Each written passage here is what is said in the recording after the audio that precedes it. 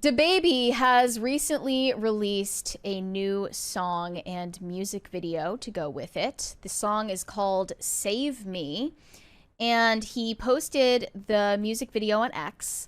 It is basically a reenactment of the murder of Ukrainian refugee Iryna Zarutska, except he has rewritten history in this video where he saves her from her attacker, the one who stabbed her to death.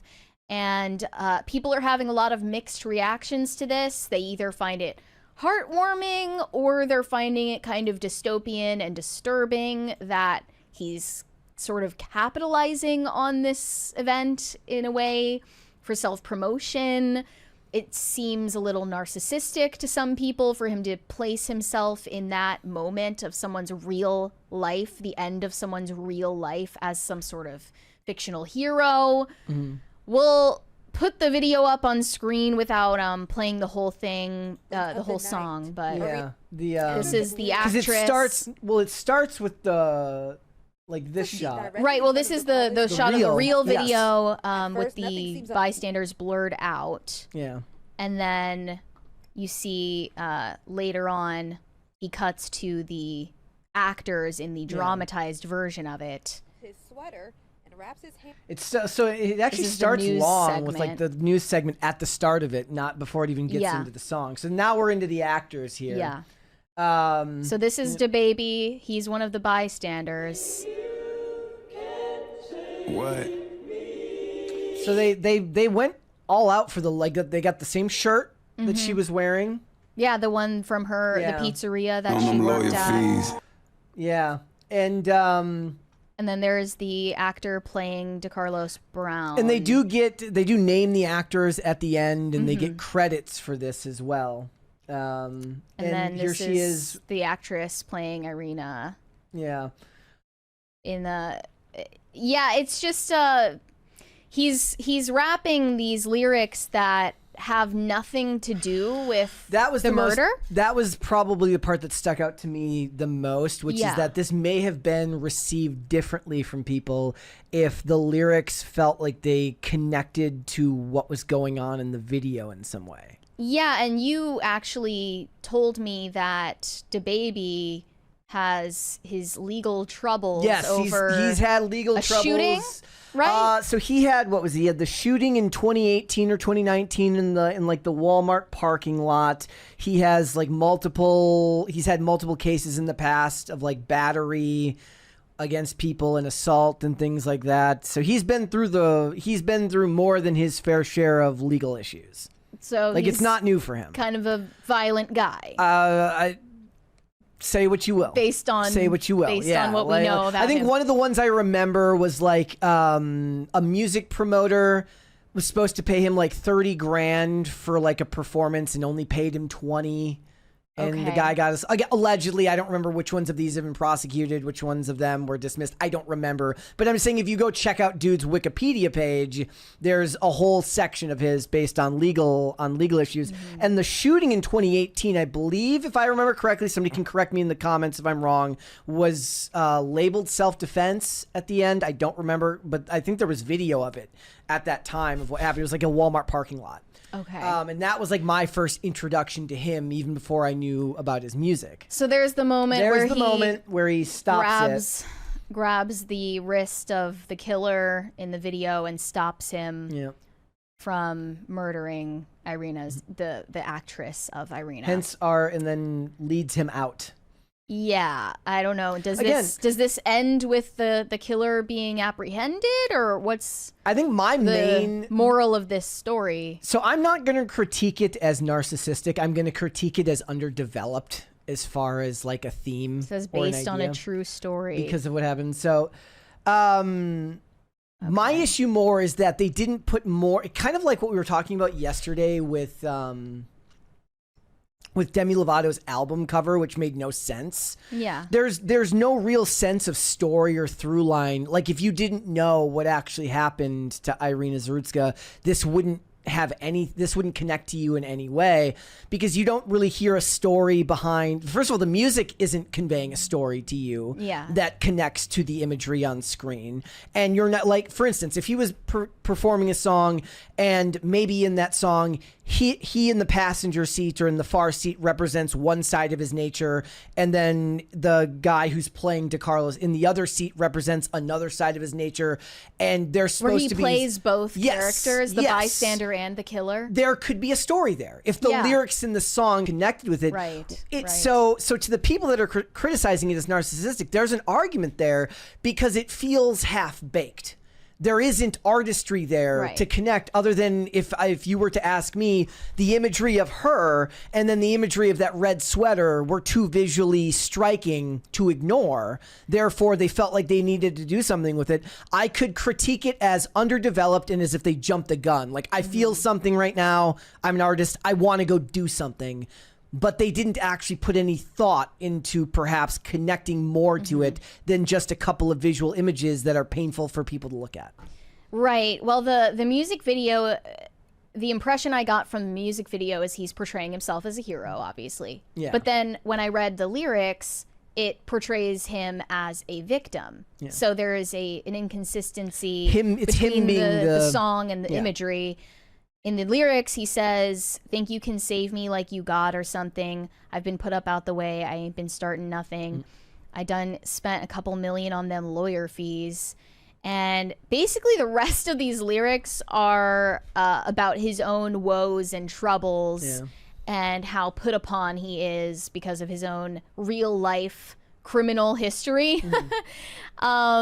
And it has nothing to do, obviously, with the event portrayed in the video. It was probably written and produced and recorded all before this news happened. I think that's him. I think it's him in the song "Jail Part 2" with Kanye, which is one of my favorite of the newer Kanye songs. Somebody can correct me if I'm wrong on that one too, but I think that's him. And he also references legal issues, obviously, with the song called "Jail Part 2." Look, I think that there is a art to be made with something like this down the line, but you can't just throw it together willy-nilly and expect it to connect with people. They're also pointing out that maybe he did this because Charlotte, North Carolina, where this took place, is his hometown, and it connected with him in some way. It's people are saying, I see in the chat, they're saying it's too soon. It's like, it's not just too soon for a lot of people, I would assume, because it's still hitting with people, even though this happened, like a month ago, actually. The actual tragedy was a month ago, but it didn't pick up like steam in the media until recently. But the problem is if all you've heard about it is a week, you haven't had time to properly sit. And I'm speaking about somebody, if you're an artist, you haven't had time to sit with the material, as painful as it may be to look at, because it made you feel some sort of way. And we talk about this all the time with actors. They're like this, right? They feel something and they need to tell a story through their art because it helps them work through how they feel about something that has happened. So he sees this video, it's abhorrent, it's horrifying, and he wants to tell some type of story because that's how he conveys what he's thinking and feeling. Is a week even enough time, or 2 weeks even enough time to really sit with the material to convey something artistically that will accurately convey both what you were feeling and how you felt about something as tragic and as abhorrent as what happened to Iryna Zarutska? Yeah, I think no. I think the answer is no. And I think that you can tell he didn't actually come up with a compelling artistic direction for the music video or the song because the entire thing is about him. Both the video and the song are about him and how good and how unfairly maligned he is, right? Amala Ekpunobi responded to this saying, "This music video involves a reenactment of what happened to Iryna Zarutska, but DaBaby steps in to stop it. I get the message, but why the hell would you make something like this? It's so dystopian and disturbing."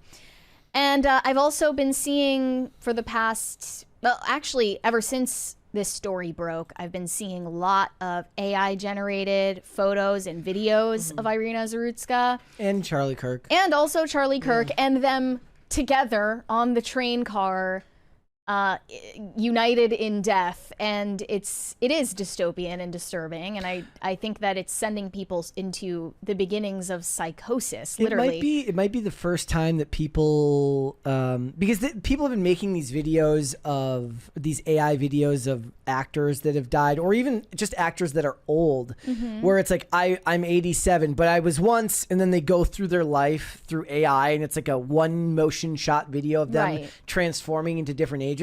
And until you see it through the eyes of somebody that maybe their work connected with you more, it didn't really ring to people as uncomfortable.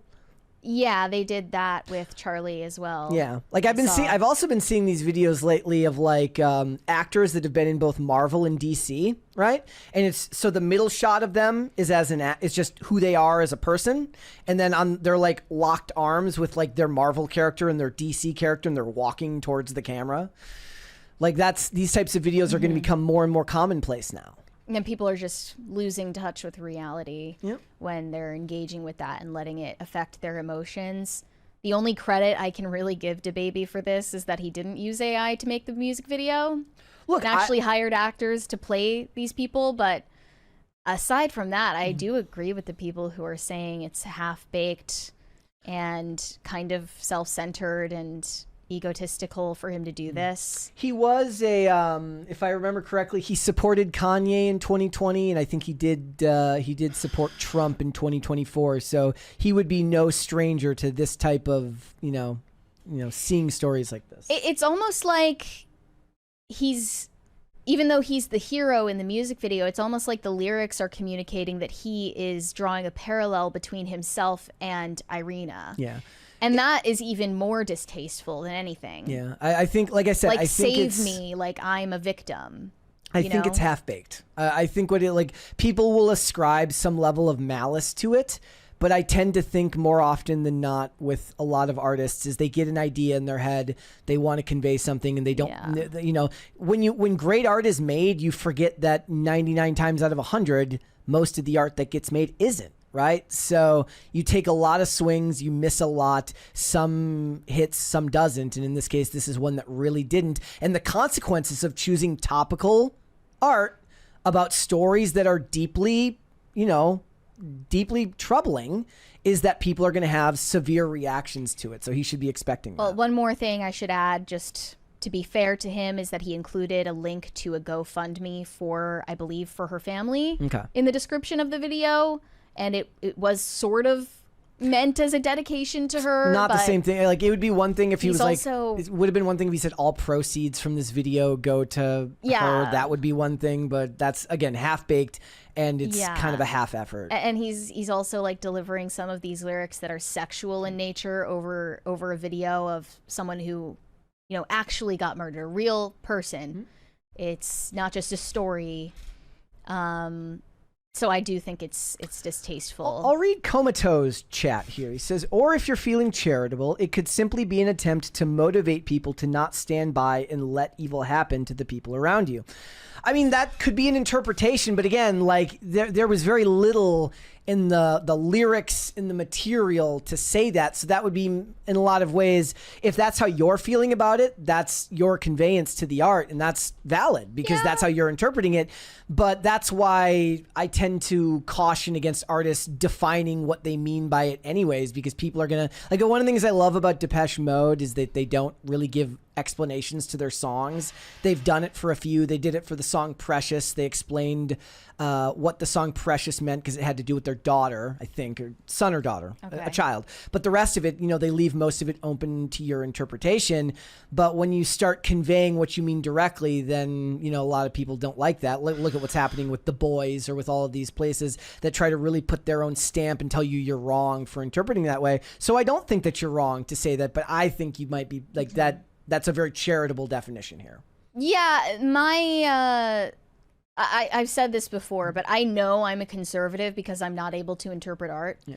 And I'm really perturbed by art in the form of music videos, music itself, or movies, or what have you, that doesn't have a clear message. Yeah. Or any clear takeaway or point of view.